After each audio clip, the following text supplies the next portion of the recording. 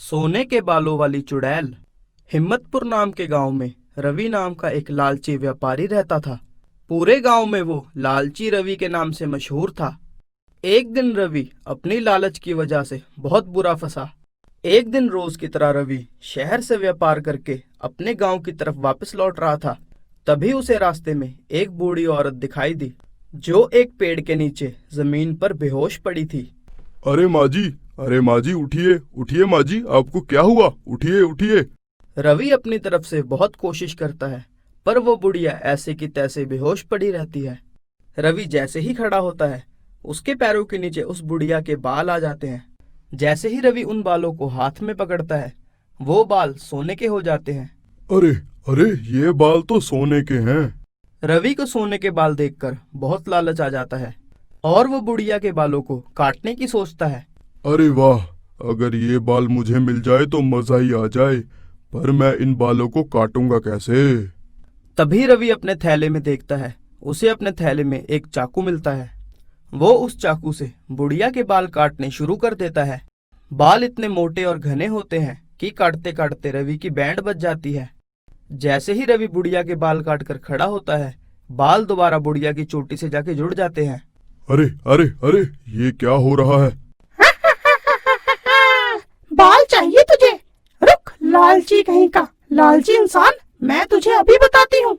चुड़ैल रवि के सारे बाल पकड़कर नोचने लगती है। अरे अरे छोड़ दे, अरे छोड़ दे, मुझे छोड़ दे। अरे मेरी जान की दुश्मन बन गई तू तो, छोड़ दे मुझे, छोड़ दे। तू मेरे बाल चाहता था और मैं तेरे बाल चाहती हूँ। चुड़ैल रवि के सारे बाल नोच लेती है और रवि गंजा हो जाता है। अरे ओ गंजे। अरे अरे, मेरे बाल कहाँ गए? अरे मुझे छोड़ दो, मुझे छोड़ दो। मैं आज के बाद कभी भी लालच नहीं करूंगा, मुझे जाने दो। रवि वहां से बहुत तेज भागता है, पर चुड़ैल हवा में उसका पीछा करने लग जाती है। जैसे तैसे रवि अपनी जान बचाकर अपने घर पहुंच ही जाता है। घर पहुंचकर वो सारी घटना अपनी पत्नी को बताता है। तभी कोई रवि के घर का दरवाजा बहुत तेज तेज पीटने लगता है। दरवाजे पर दस्तक सुनकर वो दोनों डर जाते हैं। रवि की पत्नी बाहर जाकर दरवाजा खोलती है और देखती है बाहर एक चुड़ैल चिल्ला रही है। आजा आजा, तेरे भी बाल ले जाऊंगी मैं, इधर आ। तभी चुड़ैल रवि की पत्नी के गले में पड़े हुए लॉकेट की तरफ देखती है, जिसमें एक भगवान का चित्र बना होता है। अरे अरे अरे, मैं अभी जा रही हूँ, मैं वापस फिर आऊंगी, लालची इंसान। तभी चुड़ैल वहां से चले जाती है। तभी रवि की पत्नी ने रवि को बहुत समझाया कि वो लालच ना किया करे, और रवि को भी इस हादसे के बाद अकल आ गई। चुड़ैल माँ।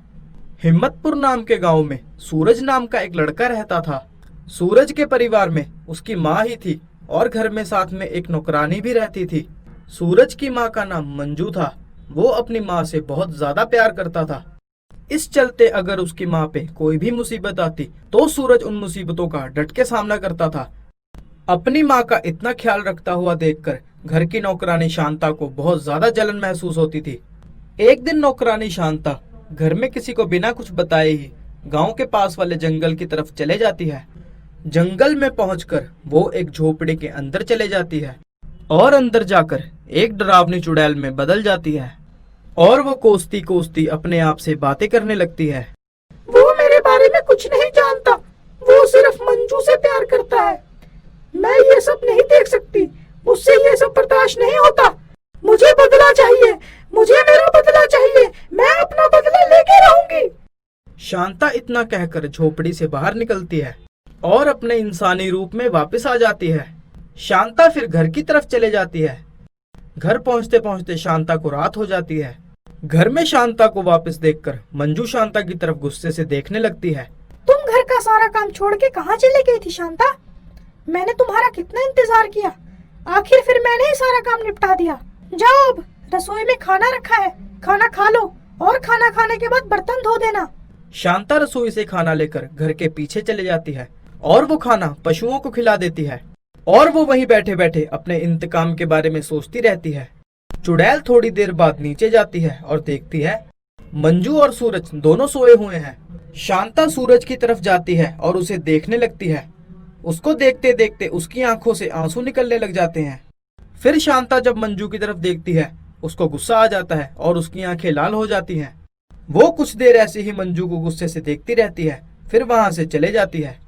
अगली सुबह सूरज बेटा, मंजू मैम साहब तो मंदिर गई हैं। अगर तुम्हें कुछ भी चाहिए तो मेरे से मांग लेना। ठीक है शांता बाई। सूरज नौकरानी के हाथों से दूध का गिलास लेता है और उसे पी लेता है। दूध पीने के थोड़ी देर बाद ही वो वहीं पे बेहोश हो जाता है। सूरज के बेहोश होते ही नौकरानी अपने चुड़ैल वाले रूप में वापस आ जाती है और अपने जादू से सूरज को उठाकर बिस्तरे पे लेटा देती है और वहीं पास बैठकर मंजू के घर वापस आने का इंतजार करने लगती है। थोड़ी देर बाद मंजू घर वापस आ जाती है। तभी चुड़ैल बिना समय गवाए मंजू के ऊपर हमला कर देती है। आज तुम मरेगी, आज तुम मरेगी। तूने मुझसे मेरा सब कुछ छीन लिया। मैं तुझे जिंदा नहीं छोड़ूंगी, मैं तुझे जिंदा नहीं छोड़ूंगी। ऐसा बोलते ही वो चुड़ैल मंजू को गले से पकड़ लेती है और हवा में उड़ा के बाहर ले जाती है। चुड़ैल मंजू को आंगन वाले कुएं के अंदर फेंकने ले जाती है, लेकिन जैसे ही चुड़ैल उसे कुएं के अंदर फेंकने वाली होती है तभी पीछे से भागा भागा सूरज आ जाता है। रुको रुको, तुम मेरी माँ को क्यों मार रही हो? मेरे पास माँ के अलावा इस दुनिया में कोई भी नहीं है। तुम मेरी माँ को छोड़ दो, मैं तुम्हारे हाथ पैर जोड़ता हूँ। तुम मेरी माँ को छोड़ दो मेरी माँ को। नहीं, मैं इसे नहीं छोड़ूंगी। इसने मुझसे मेरा पति, मेरा बेटा सब कुछ छीन लिया। इसे जीने का कोई हक नहीं है। मैं इसे मार दूंगी। नहीं चुड़ैल जी, आपको गलत फहमी हो रही है। इन्होंने आपका कुछ नहीं बिगाड़ा। हम तो आपको जानते भी नहीं है। आप छोड़ दो, आप मेरी माँ को छोड़ दो। क्या गलत फहमी? और मुझे? क्या तुम जानते हो तुम्हारे पिताजी इस गांव के सरपंच थे और ये मंजू तुम्हारे पिता की दूसरी बीवी है और तुम इसके असली बेटे नहीं हो। क्या? ये आप क्या कह रही हैं? ये मेरी माँ नहीं है? नहीं, ये तुम्हारी माँ नहीं है। अगर ये मेरी माँ नहीं है तो मेरी माँ कौन है?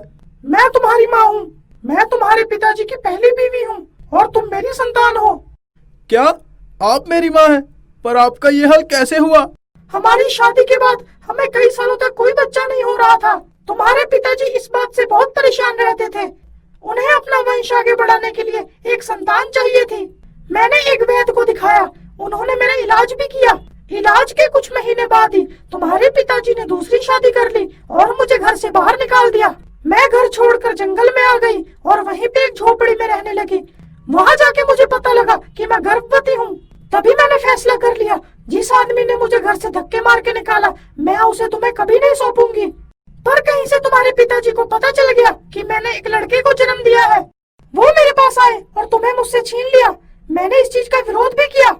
उन्होंने जबरदस्ती तुम्हें मुझसे छीनकर वहीं जंगल में मुझे मौत के घाट उतार दिया और मैं मरने के बाद वहीं पे चुड़ैल बनकर भटकती रही और इतने सालों से आज इस दिन का इंतजार कर रही थी। आज मेरा बदला पूरा होगा। सूरज अपनी चुड़ैल माँ की बातें सुनकर रोने लगा, पर उसे ये भी एहसास हुआ कि उसमें उसकी दूसरी माँ की क्या गलती है। सूरज ने अपनी चुड़ैल माँ से कहा, माँ आपके साथ बहुत गलत हुआ। पिताजी ने आपके साथ बहुत गलत किया, पर इसमें मंजू माँ की क्या गलती है? आपने तो मुझे जन्म दिया है, पर अगर उन्होंने मुझे पाला पोसा ना होता तो मेरा क्या होता? माँ पिताजी भी चले गए, आप भी चले गई। मेरे पास मंजू माँ के अलावा इस परिवार में और कोई भी नहीं है। माँ, मैं आपसे विनती करता हूँ, कृपया करके आप मंजू माँ को छोड़ दीजिए। चुड़ैल माँ सूरज की बातें सुनकर बहुत भावुक हो जाती है। अगर तुम खुश हो बेटा, मुझे तुम्हारी खुशी से बढ़कर और कुछ नहीं चाहिए। चुड़ैल माँ इतना कहकर वहाँ से चले जाती है। उस दिन के बाद से सूरज और मंजू एक साथ खुशी खुशी रहने लगते हैं और चुड़ैल माँ फिर कभी भी दिखाई नहीं देती।